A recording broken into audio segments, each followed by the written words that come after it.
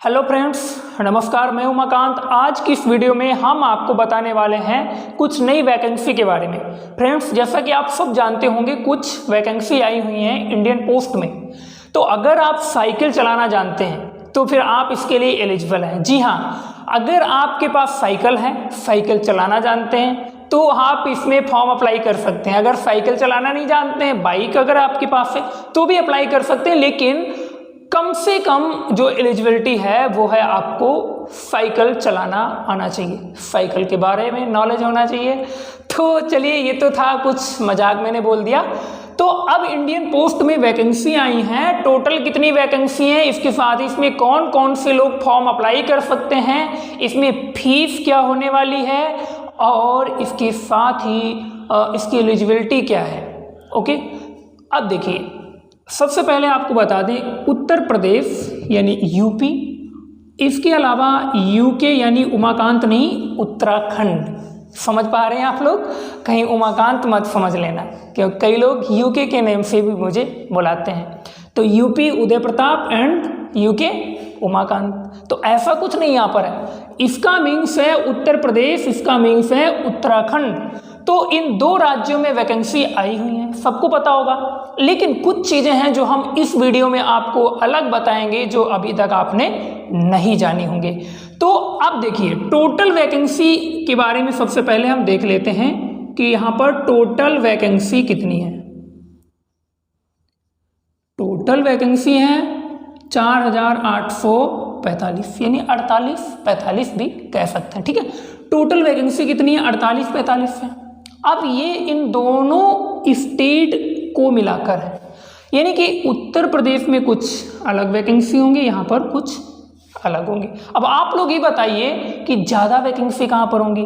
तो जाहिर सी बात है, उत्तर प्रदेश जो है आप सब जानते हैं जनसंख्या के मामले में सबसे बड़ा राज्य है। तो यहाँ पर अगर बात करें तो उत्तर प्रदेश एंड यूके, उत्तर प्रदेश की बात करें तो 4264 यानी 4264 वैकेंसी उत्तर प्रदेश में है। अब उत्तराखंड की अगर बात करें तो यहाँ पर 581 वैकेंसी है। ओके, 581 वैकेंसी है। अब देखिए, अब आपको फॉर्म अप्लाई करना है। फॉर्म अप्लाई करने से पहले कुछ चीज़ें होती हैं जिनकी जानकारी आपको होना चाहिए। कई लोग क्या करते हैं, फॉर्म अप्लाई करने चले जाते हैं शॉप पे, साइबर कैफे या फिर जन सेवा केंद्र पे। उसके बाद में उनके पास, किसी के पास फ़ोटो नहीं है, किसी के पास डॉक्यूमेंट्स नहीं है, ये सारी चीज़ें होती हैं। समझ पा रहे हैं आप लोग? तो इसमें सारे आपके पास डॉक्यूमेंट्स होने चाहिए। इसके साथ ही अब हम देखेंगे कि एलिजिबिलिटी क्या है, यानी कि योग्यता क्या है, आप कितने योग्य हैं।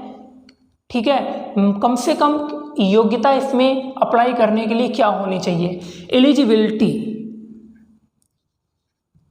एलिजिबिलिटी इसकी क्या है? तो आपके पास देखिए 10th है, क्या है? 10th है, लेकिन इसमें इसने शर्त क्या रख दी है? 10th विद मैथमेटिक्स, केवल मैथ लिख दिया, समझ जाना, और इंग्लिश, इनमें से एक सब्जेक्ट आपके पास होना चाहिए। एलिजिबिलिटी क्या है? 10th with math and English, इनमें से मैथ या इंग्लिश एक सब्जेक्ट आपके पास हाई स्कूल में होना चाहिए। अब देखिए, ये नोटिफिकेशन यानी कि अप्लाई कब से शुरू हो गए हैं? इसमें 23 अगस्त से इसमें ऑनलाइन आवेदन मांगे गए हैं, चल रहे हैं अभी भी 23 अगस्त 2021 से, और ये चलेंगे 22 सितंबर 2021 तक इसमें आवेदन ऑनलाइन किए जाएंगे। सबसे पहले इसमें आपको रजिस्ट्रेशन करवाना होगा, उसके बाद में अप्लाई ऑनलाइन पर जाना है। तो रजिस्ट्रेशन करवा लीजिए, ऑनलाइन करवा दीजिए फॉर्म, आपका फॉर्म अप्लाई हो जाएगा। अब इसमें देखिए, इसमें कुछ एज से संबंधित चीज़ें होती हैं कि एज क्या होनी चाहिए। कम से कम उम्र इसमें 18 साल होनी चाहिए। देखिए, इससे पहले मैंने NPCIL का वीडियो बनाकर डाला था, उसमें कुछ अप्रेंटिसशिप की 107 वैकेंसी थी, उसमें मैंने आपको 14 बताया था, लेकिन वो अप्रेंटिस का था। ठीक है, जो 1 ईयर का होता है, जैसे आपने ITI किया कैंडिडेट ले लिया गया अप्रेंटिस के लिए। उसने 1 साल अप्रेंटिस किया, हो गया वो 15 साल का। फिर उसके बाद में दूसरी जगह अप्रेंटिस किया, ऐसे ऐसे करते 18 साल तक जब वो आता है तो वो एक अच्छा इंसान, काबिल इंसान किसी अपने एक ट्रेड में, जिस ट्रेड से उसने डिप्लोमा या डिग्री प्राप्त की होती है, एक काबिल इंसान बन जाता है। इसलिए वो अप्रेंटिस है, ठीक है। लेकिन ये यहाँ पर आपको डायरेक्ट जॉब के लिए अप्लाई कर रहे हैं, ठीक है, सर्विस के लिए। तो 18 साल से आपको यहाँ पर 40 साल तक जो लोग हैं, यानी कि इसमें वृद्ध लोग भी अप्लाई कर सकते हैं। अभी मजे की बात ये आएगी कि 40 से भी हम लोग ऊपर निकल जाएंगे, ठीक है, 40 से भी ऊपर निकल जाएंगे, यानी कि 50 साल का आदमी भी इसमें अप्लाई कर सकता है, 55 साल का भी इसमें अप्लाई कर सकता है। अगर आप बूढ़े हो गए हैं, बच्चों की शादी आपकी हो गई है, फिर भी आप डाकिया बन सकते हैं। समझ पा रहे हैं? अब कैसे? अब देखिए इसमें एससी और एसटी कैंडिडेट्स के लिए कुछ छूट है 5 ईयर की, ओबीसी के लिए यहाँ पर 3 ईयर की है, पीडब्ल्यूडी कैंडिडेट्स के लिए 10 ईयर की छूट है। अब देखिए पीडब्ल्यूडी कैंडिडेट अगर कोई है तो उसको 50 साल का वो व्यक्ति होगा, वो भी फॉर्म अप्लाई कर सकता है। लेकिन और मजे की बात है, अब देखिए एससी एसटी कैंडिडेट जो है उसको यहाँ पर एससी एसटी और प्लस पीडब्ल्यूडी कैंडिडेट है, यानी एससी एसटी में अगर कोई पीडब्ल्यूडी है तो उसको यहाँ पर और छूट मिल रही है। कितनी? उसको मिल रही यहाँ पर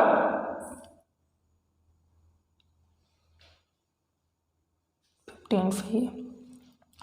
तो फ्रेंड्स एससी एसटी कैंडिडेट है और इसके साथ ही पीडब्ल्यूडी के अंतर्गत आता है तो उसको 15 ईयर की छूट मिल रही है। अगर पीडब्ल्यूडी का कोई कैंडिडेट है और वो किस में आता है? ओबीसी में आता है, तो उसको 13 ईयर की छूट मिलेगी।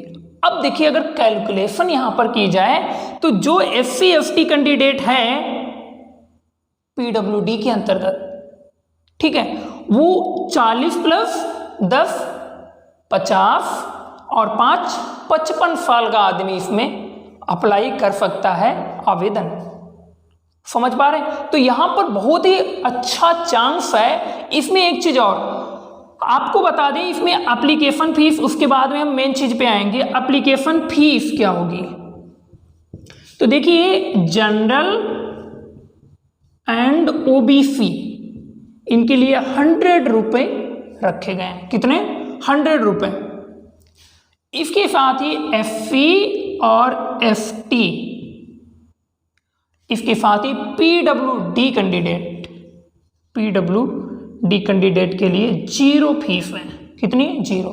इसके साथ ही फीमेल के लिए इसमें एक और खासियत है, फीमेल कैंडिडेट्स ऑल कैटेगरी, चाहे वो एससी एसटी में हो या जनरल में हो या किसी में भी हो, ठीक है। तो ऑल कैंडिडेट्स के लिए अगर वो फीमेल हैं, ऑल कैटेगरी, ठीक है, तो उनके लिए भी यहाँ पर 0 फीस है। यानी कि केवल जनरल और ओबीसी के कैंडिडेट्स जो सही सलामत हैं, टूटे फूटे नहीं हैं, बुरा मत मानना, तो उन लोगों को 100 रुपये फीस पे करनी होगी। अगर एससी एसटी है, पीडब्ल्यूडी है और फीमेल कोई भी है तो उसको कोई भी फीस यहाँ पर पे नहीं करना है। अब यहाँ पर मजेदार बात यह है कि ये मेरिट के आधार पर होगा। इसमें चयन जो होगा, सिलेक्शन प्रोसीजर जो है वो मेरिट के आधार पर होगा। 10th में जो आपका मेरिट है, जो आपका मार्क्स प्राप्त हुआ है 600 में से, ठीक है, जिसका जितना अच्छा मार्क्स है वो इसमें सेलेक्ट हो जाएगा। तो समझ पा रहे हैं? अगर आपका अच्छा मार्क्स नहीं है तो उम्मीद मत रखिए कि आप जीडीएस बनेंगे, ग्रामीण डाक सेवक बनेंगे या सर्विस लोगों को दे पाएंगे। अब मैं ये सर्विस दे पाएंगे क्यों बात कर रहा हूं? देखिए जॉब एंड सर्विस दी जाती है और जॉब की जाती है। जॉब में अपने बॉस की आज्ञा मतलब जो भी बॉस कह रहा है वो करना है। और सर्विस अलग चीज़ हो जाती है, सर्विस हम देते हैं खुद, समझ पा रहे। तो ये चीज़ यहाँ पर इंडियन पोस्ट में वैकेंसी आई थी। टोटल वैकेंसी कितनी है? 48, 45, 4845। ये उत्तर प्रदेश में वैकेंसी हैं 4264, उत्तराखंड में है 581। अब यहाँ पर हम ये नहीं बताएंगे कि जनरल में कितनी वैकेंसी है, ओबीसी में कितनी है, ईडब्ल्यूएस के लिए कितनी है, एससी एसटी में कितनी वैकेंसी है। ये आप लोग नोटिफिकेशन, फुल नोटिफिकेशन एक बार जरूर पढ़िएगा। अब यहाँ पर मेरिट लिस्ट जो तैयार होगी उसमें जो पुराने कैंडिडेट्स हैं, एज्ड जो लोग हैं, उनका अगर अच्छा मेरिट आ रहा है तो उनको वरीयता दी जाएगी। समझ पा रहे हैं मैं क्या कहना चाह रहा हूँ? जो लोग ओल्ड कैंडिडेट्स हैं, एज्ड हैं, उम्र दराज लोग हैं, मेरिट उनका अच्छा है, तो उनको क्या दिया जाएगा? वरीयता दी जाएगी इसमें, क्योंकि वो कुछ ही दिन जॉब कर पाएंगे और उनके जो मजे थे वो अब निकल गए हैं। वो अब जो वो करने वाली है नेक्स्ट जनरेशन के लिए ही करेंगे। तो फिलहाल उनको फिर भी एक मौका देना चाहिए और ये सही बात भी है, अच्छी बात भी है। तो यहाँ पर फिलहाल इसी से आप समझ जाइए 40 साल तक है, फिर 55 साल हो जा रहा है, 53 साल हो जा रहा है, 50, इसी से आप समझ लीजिए इसमें कौन लोग सेलेक्ट हो जाएंगे। हालांकि जो यूथ्स हैं वो भी सेलेक्ट होंगे, ऐसा नहीं कि सारे वृद्ध लोग ही इसमें ले लिए जाएंगे। भैया साइकिल तो चलाना आना चाहिए। अगर कोई वृद्ध है साइकिल चलाने ही नहीं जानता, साइकिल पे बैठा दिया, धक्का दिया तो आगे चल के गिर गए और टूट फूट गए, तो ऐसे लोग पोस्टमैन बनने के काबिल नहीं हैं। अगर कोई वृद्ध है 50 साल का भी है, साइकिल अच्छे से चला लेता है, पूरा अच्छे से तंदुरुस्त है, स्वास्थ्य उसका अच्छा है, सेलेक्ट कर लिया जाएगा, मेरिट अच्छी है अगर तो। लेकिन अगर कोई व्यक्ति है जवान है, मेरिट भी अच्छी है, साइकिल नहीं चलाना जानता है, बाइक नहीं चलाना जानता है, स्वास्थ्य अच्छा नहीं है, तो ऐसे में उसको अगर सेलेक्ट भी किया जाएगा तो गवर्नमेंट को घाटा ही लगेगा। तो उम्मीद करता हूँ ये जो वीडियो है आपको पसंद आया होगा, और इसमें जिन लोगों ने भी अप्लाई नहीं किया है ज़रूर आप सब लोग अप्लाई कीजिएगा, क्योंकि इससे पहले जो वैकेंसी निकली थी उसमें एक ऐसे व्यक्ति का मैंने सुना, जब उसने बताया कि मेरा इसमें हो गया है ग्रामीण डाक में, तो मुझे विश्वास नहीं हुआ कि इसका कैसे हो सकता है, क्योंकि उसमें कैंडिडेट ही नहीं गए। कैंडिडेट्स ने फॉर्म बहुत कम अप्लाई किया था। जब उनको बुलाया गया डॉक्यूमेंट वेरिफिकेशन या जो भी होता है उसमें बुलाया गया तो कोई गए ही नहीं। ऐसा कभी कभार हो जाता है। एक बार क्या हुआ कि एक इंटरव्यू था, इंटरव्यू में सभी कैंडिडेट्स को बुलाया गया, बरसात होने लगी, बरसात में कोई कैंडिडेट नहीं गया, बोला कि इंटरव्यू की डेट आगे बढ़ जाएगी। लेकिन एक गर्ल थी, ठीक है, उसने क्या किया, अपना अम्ब्रेला लेकर के बरसात में भीगते हुए इधर उधर से पानी, अब समझ सकते हैं जब बरसात होती है तो वो इंटरव्यू देने कैसे गई होगी। उसका सिलेक्शन हो गया और बाकी सब जो कह सकते हैं कि आराम चाह रहे थे, आराम से जाना चाह रहे थे इंटरव्यू देने, वो वैसे ही रह गए। तो ऐसे में इसमें ज़रूर आप सभी लोग अप्लाई कीजिएगा। अप्लाई नहीं किया तो अप्लाई करवा दीजिए। अभी इसकी जो लास्ट डेट है 22 सितंबर है और अप्लाई ज़रूर करवा देना, ओके। और अगर कोई भी क्वेश्चन है तो नीचे कमेंट बॉक्स में आप लोग कमेंट कर सकते हैं। वीडियो कैसा लगा लाइक करके आप बता दीजिए, और इसके साथ ही चैनल नहीं सब्सक्राइब किया तो सब्सक्राइब कर लीजिए, बेल आइकन को प्रेस करना, क्योंकि इसी प्रकार के वीडियो आगे भी आपको मिलते रहेंगे। इसके साथ ही मोटिवेशनल वीडियो भी आपको हमारे चैनल पर देखने को जरूर मिलते होंगे। चलिए अगली वीडियो मिलेंगे, तब तक के लिए नमस्कार।